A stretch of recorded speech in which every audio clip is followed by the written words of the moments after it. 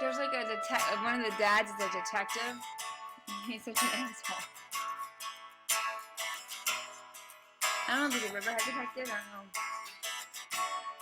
I'll ask Danielle. She has to sing. What do we have here? He chose to hey, it's a book. It has many parts, so let's take a look. Let's pick up the book. And what do you see? It's the front cover, and it's staring right at me. There are some words, sometimes near the top. It's the title of the book. Keep going, don't stop. There's a name on the cover, just look with your eyes. It's the author, and they wrote all the words inside.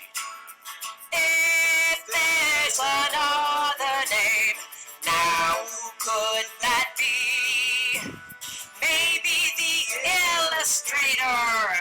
They made the pictures for you to see.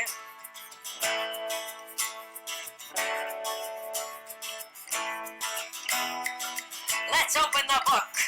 You will know it's the title page when you see the book title and the author's name again.